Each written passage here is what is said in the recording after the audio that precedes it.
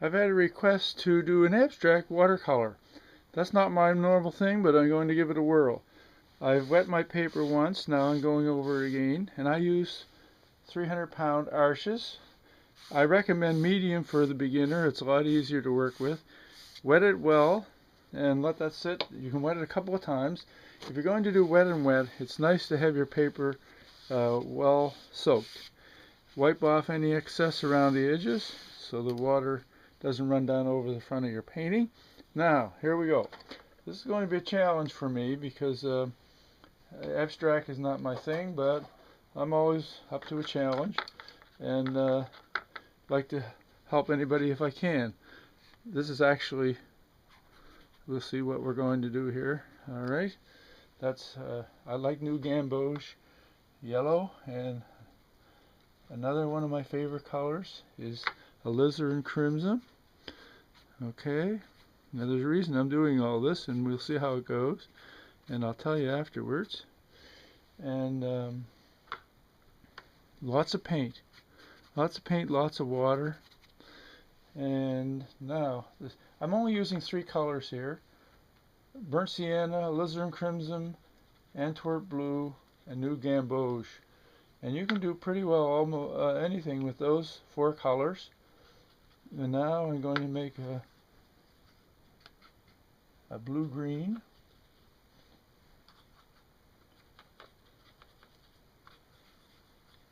Okay, let's see how this looks. See how nice that flows?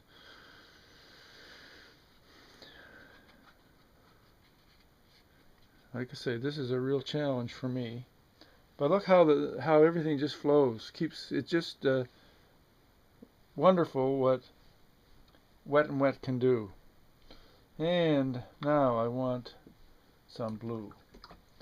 Just want some nice Antwerp blue. That Antwerp blue is a beautiful blue. It's very staining, but it works so nice. It really flows beautifully.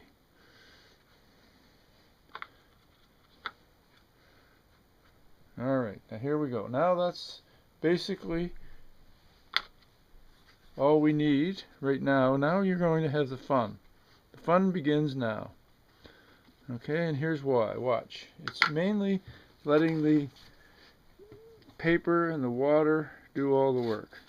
It's always good to have Kleenex on hand. Pick up these runs. Now, let's see how this goes. Oh yes, it doesn't hurt to have a squirt bottle around.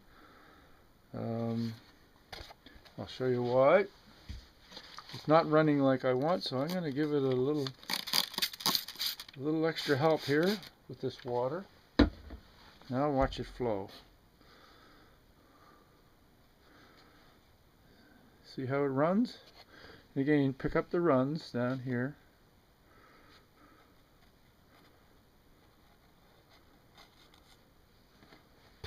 Then we'll go this way.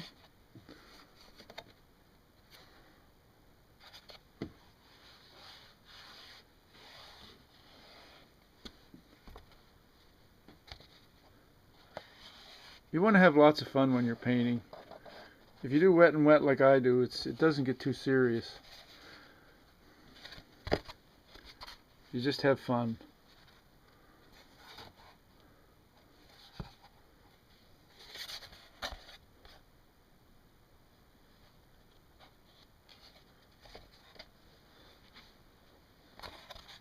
Well, that's not going the way I want, so I'm going to add some more water here. There's not enough lights. I want some light. Look at the water on there now. You see how that light shines through? Now I got to dump this somewhere. So just hang on a second here.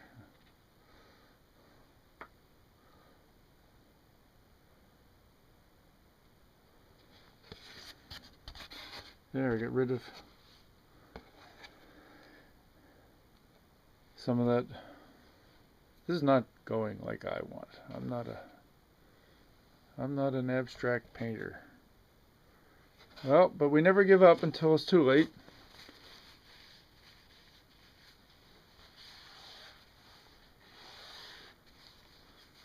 I'm not ready to pack it in yet, but close to it.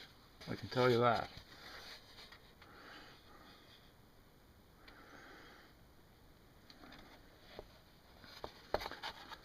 Now I'm going to take my Kleenex and I'm going to wipe out some of this. I don't have any whites like I want. That made a mess. There's one thing you should do. Let's get my scrub brush. Make sure when you see that Antwerp blue is so staining, doesn't want to let loose.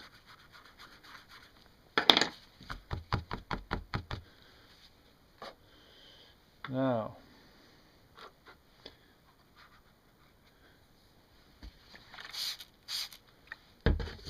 get a little more Antwerp blue. That's got that green actually in it.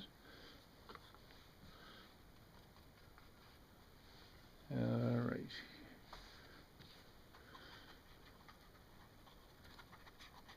Here's my brown, burnt sienna. This is semi-abstract. There's a reason I'm doing that.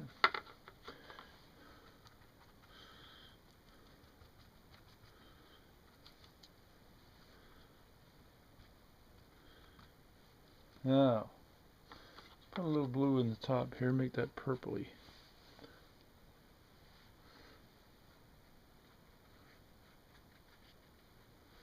And a little squirt, make some runs.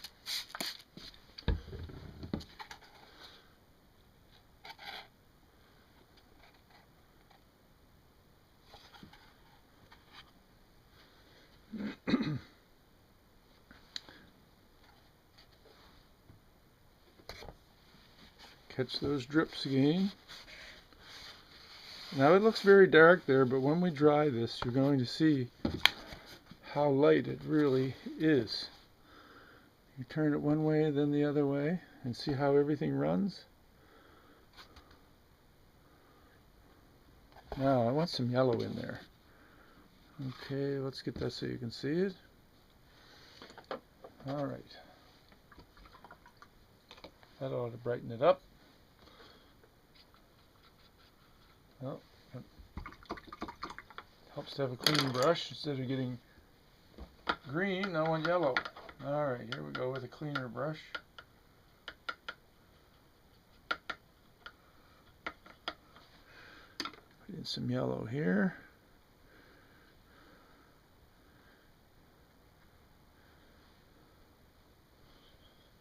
A little more.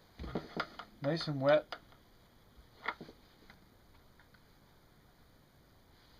And I run that right up into the blue, and you get nice greens.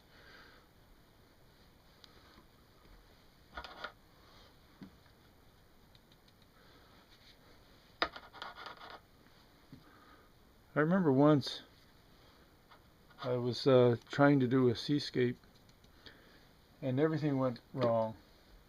So I got really ambitious and I took paint and water and I loaded it up and loaded it up and loaded it up. I couldn't believe it in the end. It turned out really good. At the time I was selling my paintings for, I'm going to add some more alizarin crimson in there. And I just kept loading it up. And it turned out really well. And I said, this is funny. And I took it into the gallery. At the time my paintings were selling for $3 1/4 to $3.50, $3.75 maximum. I think at that time was the most I got for a half sheet of watercolor, and so I put 400 on it. It was only in there a very short time, and somebody bought it. And the lady that bought it wanted me to do another one to match. Well, that didn't work. See, now I had an idea when I started, but I never forget my friend Dave Weitzman. He says, Dave had this squeaky little voice. well, his deep voice. Let the painting tell you what to do. The painting will tell you how to paint it. If it goes one way, don't fight it. Let it go. And so what I started out with here is one thing, but what I'm ending up with is another because it's changing. And now I want to add some more yellow because I really like that yellow. I like what it did. And I want to mix it in with my alizarin crimson there. There. And here.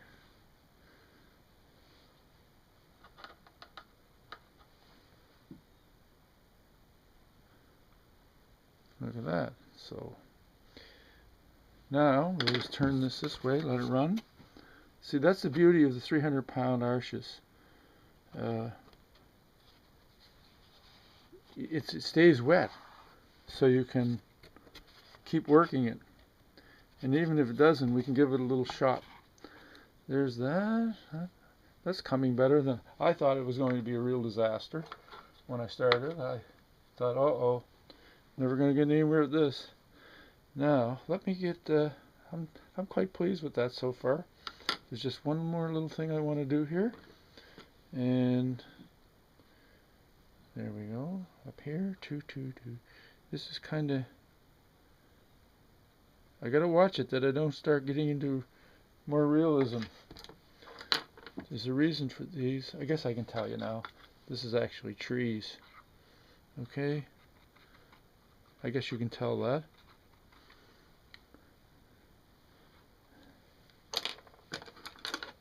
Like I say, I don't want to go too much into realism. I still want it to be abstract, but I have a hard time letting it be totally abstract. Be careful you don't make your trees like soldiers. We talked about that in some other videos. There we go. I think I'm going to leave that. Okay, I'm going to put some red down in here. Tie it in the alizarin crimson. And you're not going to see much of that. But when that dries, I just said I want to tie in some here and here. And I'll put some here and make that nice and purple. See how, now normally I would have more white in there, but since this is an abstract, I won't do any more to that. Now I'm going to dry it.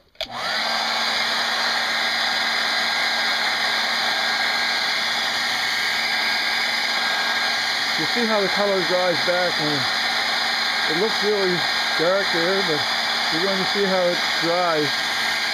It won't be so dark when we're done. Still in the corners.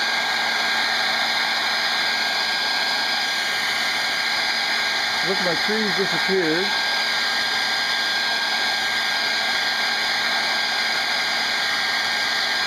So,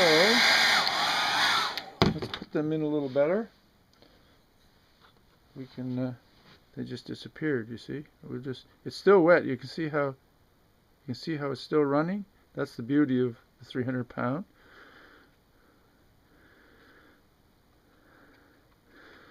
You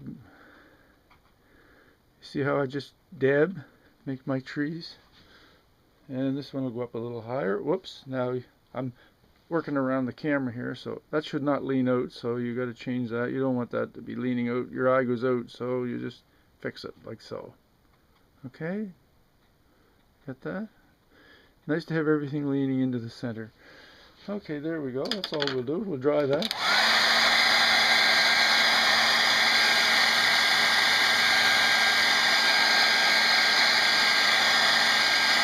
Nice to have lots of color. I love color. Now let me just try something else here. Here's my palette knife. It might be too dry. Well, no. See, I put in some dead ones there. Just breaks it up. You know what I mean by dead wood? Trees that die. Just adds a little more interest. Just a little white. There we go.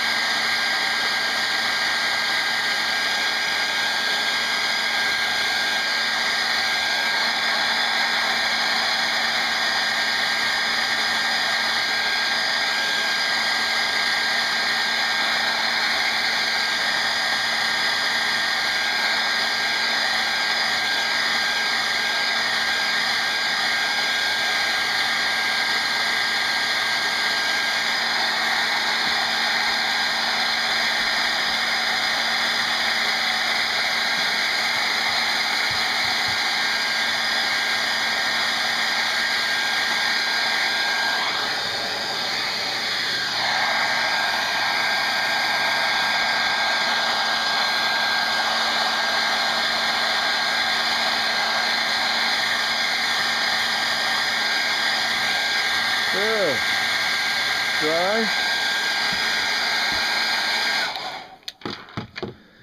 Now all we need to do is add our mat.